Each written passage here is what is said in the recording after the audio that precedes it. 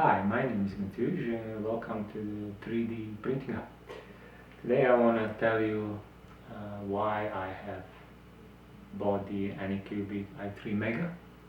About a year and a half ago it was just around the $300, and it was one of the printers which came kind of halfway pre-assembled. So the base was assembled, the Z-axis was assembled, all the engines were attached, all the cables, so it was just popped in a couple of screws and it was ready to go.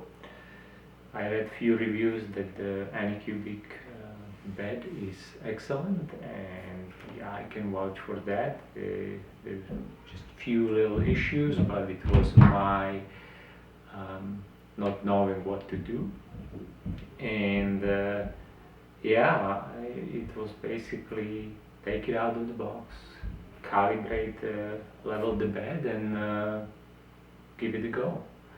Also, it's one of the printers which has, for the Z-axis, has two supports, right? So it's not just one driven support.